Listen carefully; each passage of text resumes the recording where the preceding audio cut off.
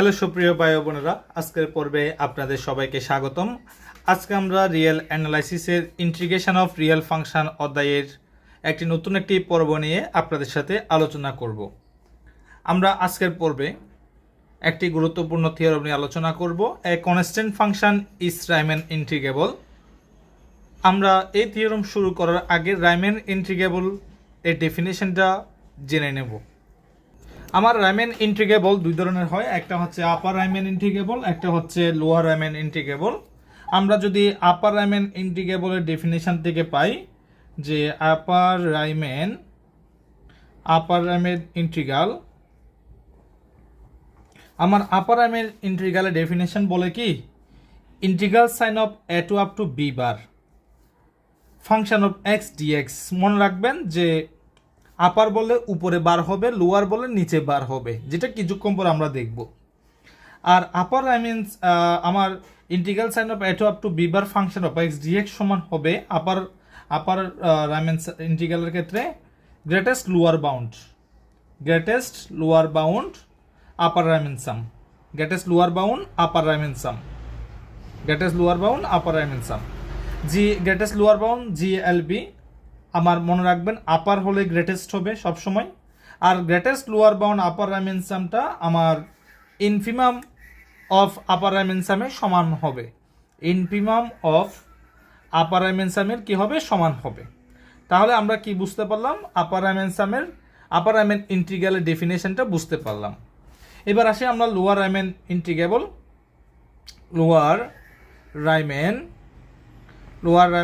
Integral এর ডেফিনেশনটা, সেটা হচ্ছে এটা ঠিক উল্টা, অর্থাৎ আমার লোয়ারের ক্ষেত্রে নিচে বার হবে, আপারের ক্ষেত্রে উপরে বার হবে। ফাংশন অফ এক্স ডিএক্স সেটা আমার থাকবে।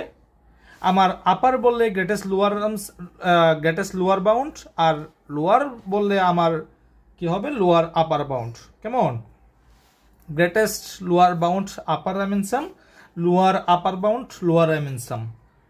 আপার গ্রেটেস্টের সাথে আপার থাকবে, লোয়ারের সাথে লোয়ার থাকবে, লোয়ার আপার রাইম্যান সাম। কেমন, লোয়ার আপার রাইম্যান সাম আমরা সেটা লিখলাম, okay fine. Lower upper bound lower Riemann sum, okay fine. সেটা হচ্ছে আমার সেটা কি ছিল, লোয়ার আপার বাউন্ড মানে কি, সুপ্রিমাম। তাহলে আমার সেটা কি হবে, সুপ্রিমাম হবে lower upper Riemann sum, supremum of lower Riemann sum. এটা হচ্ছে আমাদের লোয়ার রাইম্যান ইন্টিগ্রেবলের ডেফিনেশন। তাহলে আপার রাইম্যানের ইন্টিগ্রালের ডেফিনেশন, লোয়ার রাইম্যানের ইন্টিগ্রালের ডেফিনেশনটা থেকে আমরা এগুলো পাই। এবার আমরা যেটা জানবো সেটা হচ্ছে রাইম্যান ইন্টিগ্রাল। রাইম্যান ইন্টিগ্রাল হচ্ছে আপার রাইম্যান সাম আর লোয়ার রাইম্যান সাম যদি সমান হয় তখন সেটা হচ্ছে রাইম্যান ইন্টিগ্রাল, তখন সেটা কি হবে, রাইম্যান ইন্টিগ্রাল। তাহলে সেটাকে আমরা কিভাবে রিপ্রেজেন্ট করব, integral sign of A to up to B bar আমার ফাংশন অফ এক্স ডিএক্স সমান, যদি integral sign of A bar B function of x dx সমান হয়, যদি আমাদের এটা হয় তখন আমাদের কি হবে, রাইম্যান ইন্টিগ্রাল হবে। অর্থাৎ এই দুইটা আমার পরস্পর যদি কি হয়, সমান হয়ে যায়, তখন সেটা হবে রাইম্যান ইন্টিগ্রাল হবে। আশা করি আপনারা রাইম্যান ইন্টিগ্রালের ডেফিনেশনটা বুঝতে পেরেছেন।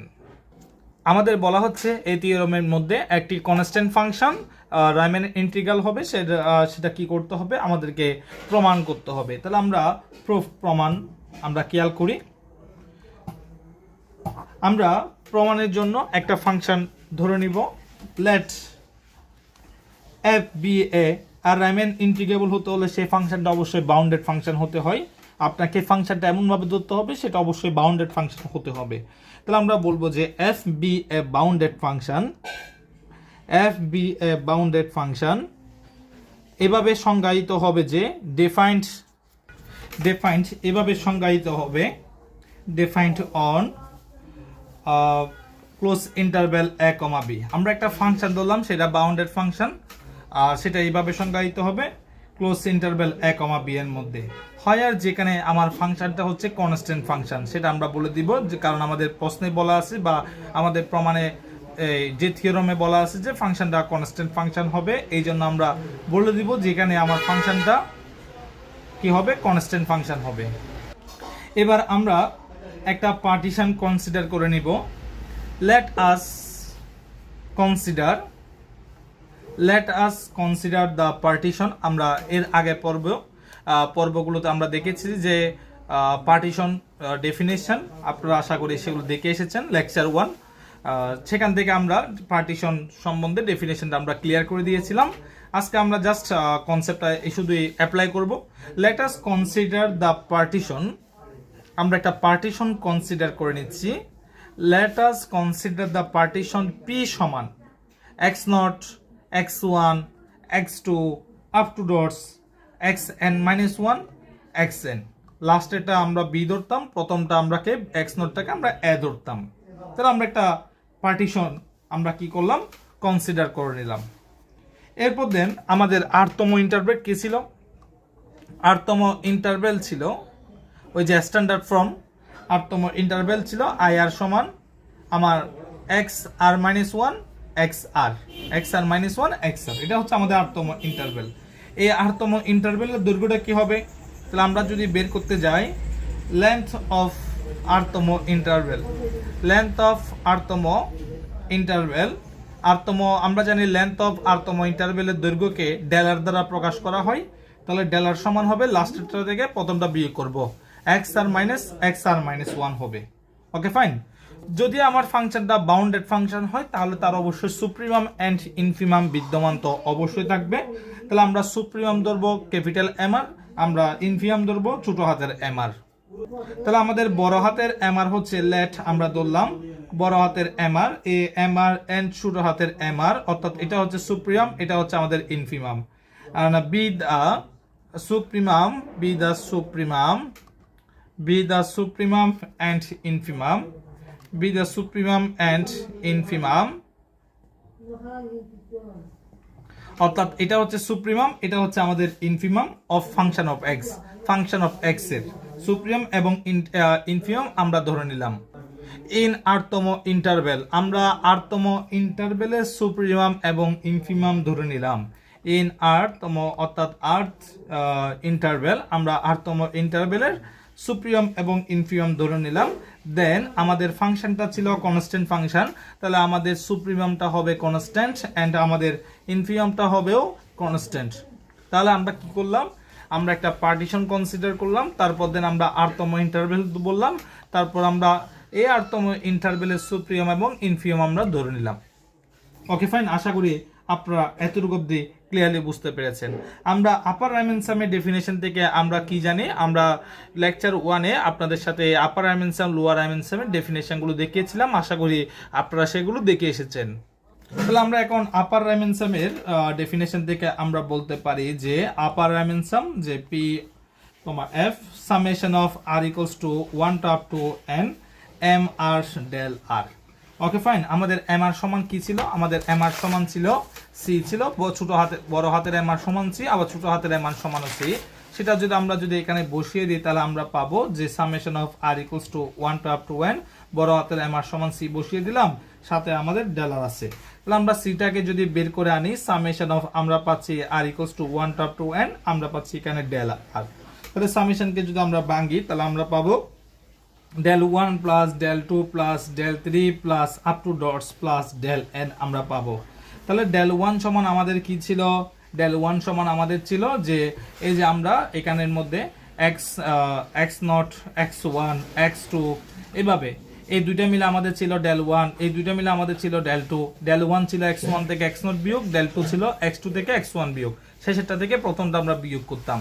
তাহলে del 1 সমান আমরা লিখতে পারি যে x1 minus x0 plus del 2 সমান আমাদের হবে x2 minus x1 plus up to dots plus আমাদের xn মাইনাস del n সমান হবে xn মাইনাস xn মাইনাস 1। তাহলে আমরা যদি খেয়াল করি x1 চলে যাবে, আমাদের x2 ডট ডটের মধ্যে x2 ও চলে যাবে, আমাদের আবার xn মাইনাস 1 ডট ডটের মধ্যে xn মাইনাস 1 চলে যাবে। তাহলে আর থাকবে xn আর থাকবে মাইনাস x0। তাহলে আমরা লিখতে পারি c ইনটু যে আমাদের এখানে থাকলো xn মাইনাস x0 আমাদের থাকলো। তাহলে xn কে আমরা বলতাম b আর x0 কে আমরা রিপ্রেজেন্ট করতাম a দ্বারা। আশা করছি আপনারা আপার রাইমেনসাম এই ডেফিনেশনটা থেকে এটা পেয়ে আমরা ক্যালকুলেশনটা আশা করি ক্লিয়ারলি বুঝতে পেরেছেন। এবার আমরা লোয়ার রাইমেনসামের ডেফিনেশন থেকে আমরা বলবো যে লোয়ার রাইমেনসামের ডেফিনেশন থেকে আমরা জানতাম summation of R equals to 1 up to n, এই যা আপারের জন্য সুপ্রিমাম, লোয়ারের জন্য ইনফিমাম আমরা ইউজ করব। তাহলে ছোট হাতের এমআর আর সাথে ডেলার। ছোট হাতের এমআর সমান আমরা জানি সি, তাহলে আমরা বসিয়ে দিব, তাহলে সি ডেলার। তাহলে আপনি সেমভাবে এটাকে যেভাবে ক্যালকুলেশন করে এটা পেয়েছেন, তাহলে সি ইন্টু বি মাইনাস এ পেয়েছেন, এটার ক্ষেত্রেও আপনি পাবেন যে সি ইন্টু বি মাইনাস এ, সেটা না দেখালেও চলবে, সরাসরি লিখে দিলেও হবে সি ইন্টু বি মাইনাস আমরা পাবো। এবার আমরা আপার রাইম্যান ইন্টিগ্রাল এবং লোয়ার রাইম্যান ইন্টিগ্রাল যদি পরস্পর সমান হয়, তাহলে আমরা বলেছিলাম যে সেটা আমার কি হবে, রাইম্যান ইন্টিগ্রেবল হবে, রাইম্যান ইন্টিগ্রেবল হবে। তাহলে রাইম্যান ইন্টিগ্রেবলের জন্য আমার আপার রাইম্যান ইন্টিগ্রেবল এবং লোয়ার রাইম্যান ইন্টিগ্রেবল বের করতে হবে। যদি দুটোটা সমান হয় তাহলে সেটা কি হবে, আমার রাইম্যান ইন্টিগ্রেবল হবে। দেখা যাক সেটা কি হয়। তাহলে আমরা এখন আপার রাইম্যান ইন্টিগ্রেবল বের করি। আপার রাইম্যান ইন্টিগ্রেবলের ক্ষেত্রে কথা কি ছিল, উপরে বার হবে ফাংশন অফ এক্স ডিএক্স, সেটা কি ছিল আমাদের greatest lower bound upper Riemann সাম, এটাই ছিল না, greatest lower bound upper Riemann sum, এটা ছিল আমাদের আপার রাইম্যান ইন্টিগ্রেবলের ডেফিনেশন থেকে, এটা আমরা জানি। তাহলে greatest lower bound upper Riemann সাম আমরা কি বের করেছি, এই যে আমরা মানটা পেয়েছি সি ইন্টু বি মাইনাস এ, সেটা আমরা এখানে বসিয়ে দিব। তাহলে আমরা যদি বসিয়ে দিই সি ইন্টু বি মাইনাস এ, কিন্তু এটা তো কনস্ট্যান্ট, তাহলে এটা তো গ্রেটেস্ট লোয়ার বাউন্ডও তো কি হবে, কনস্ট্যান্টটাই হবে, সেটা সি ইন্টু বি মাইনাস এ হবে। তাহলে আপার রাইম্যান ইন্টিগ্রেবল আমরা পেলাম সি ইন্টু বি মাইনাস এ। এখন যদি লোয়ার রাইম্যান ইন্টিগ্রেবলও যদি আমরা সি ইন্টু বি মাইনাস এ পেয়ে যাই, তাহলে আমরা দাবি করতে পারবো আমার কনস্ট্যান্ট ফাংশনটা রাইম্যান ইন্টিগ্রেবল হবে। তাহলে এখন আমরা লোয়ার রাইম্যান ইন্টিগ্রেবল বের করব। তাহলে সুতরাং আমার লোয়ার রাইম্যান ইন্টিগ্রেবলের ডেফিনেশন থেকে আমরা জানি বারটা নিচে হবে, bar into B function of X আমার ডিএক্স হবে। লোয়ার রাইম্যান ইন্টিগ্রেবল আমার lower upper bound lower Riemann sum, lower upper bound আমার লোয়ার রাইম্যান সাম, এটা তো আমরা ডেফিনেশন থেকে আমরা বলতে পারি, লোয়ার রাইম্যান ইন্টিগ্রেবলের ডেফিনেশন থেকে আমরা তো এটা পেয়েছিলাম, তাই না।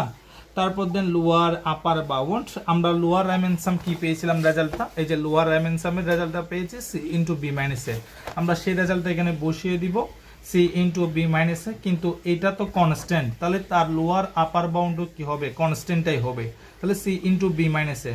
তাহলে আমরা লোয়ার রাইম্যান ইন্টিগ্রেবলের রেজাল্ট পেয়েছি সি ইন্টু বি মাইনাস এ, আমরা আপার রাইম্যান ইন্টিগ্রেবলের রেজাল্টটা পেয়েছি সি ইন্টু বি মাইনাস এ। যেহেতু দুটোটা পরস্পর সমান আমরা বলতে পারি, বা যেহেতু সিন্সও বলতে পারবো, a to up to B bar function of x dx সমান এবার into B function of x dx, যেহেতু এই দুইটা পরস্পর সমান, সো আমরা বলতে পারবো যে আমার ফাংশনটা, যে ফাংশনটা কনস্ট্যান্ট ফাংশনটা ছিল, সেই ফাংশনটা আমার রাইম্যান ইন্টিগ্রেবল, আমার Riemann integrable over a to up a b, অর্থাৎ ক্লোজ ইন্টারভ্যাল এ কমা বি। তাহলে আমরা বলতে পারবো যে হ্যান্স অতএব constant function is Riemann integrable, constant function is অর্থাৎ ধ্রুবক ফাংশন একটি রাইম্যান ইন্টিগ্রেবল হবে। Constant function is constant function is Riemann integrable, তাহলে দাস প্রুফ। আশা করছি আপনারা এই প্রমাণটা ক্লিয়ারলি বুঝতে পেরেছেন, অর্থাৎ একটা কনস্ট্যান্ট ফাংশন যে রাইম্যান ইন্টিগ্রেবল হবে সেই প্রমাণটা আপনারা বুঝতে পেরেছেন। আপনারা যদি এই প্রমাণটা বুঝতে পারেন, এর পরবর্তী যে প্রমাণটা রয়েছে সেটাও আপনারা কিন্তু আশা করি পারবেন। অর্থাৎ আমাদের এই তিতাস পাবলিকেশনসের থিওরেম 5-এ আমরা পাবো যে এই যে আমরা থিওরেম 5-এ আমরা যেটা পেলাম, এক কনস্ট্যান্ট ফাংশন যেটা আমরা প্রমাণ করেছি সেটা হচ্ছে এটা। আপনারা এটা যদি পারেন, আপনারা এটা কিন্তু অবভিয়াসলি পারবেন, যে চেষ্টা করলে আশা করি পারবেন। Every continuous function is Riemann integrable, এটা আপনারা নিজেরা ট্রাই করলে আশা করি পারবেন। এই ছিল আমাদের আজকে পর্ব। আমাদের ক্লাসটা আপনাদের ভালো লাগলে সাবস্ক্রাইব করে পাশে থাকবেন এবং ভিডিওটি দেখে কেমন লেগেছে কমেন্ট করতে ভুলবেন না। ধন্যবাদ সবাইকে।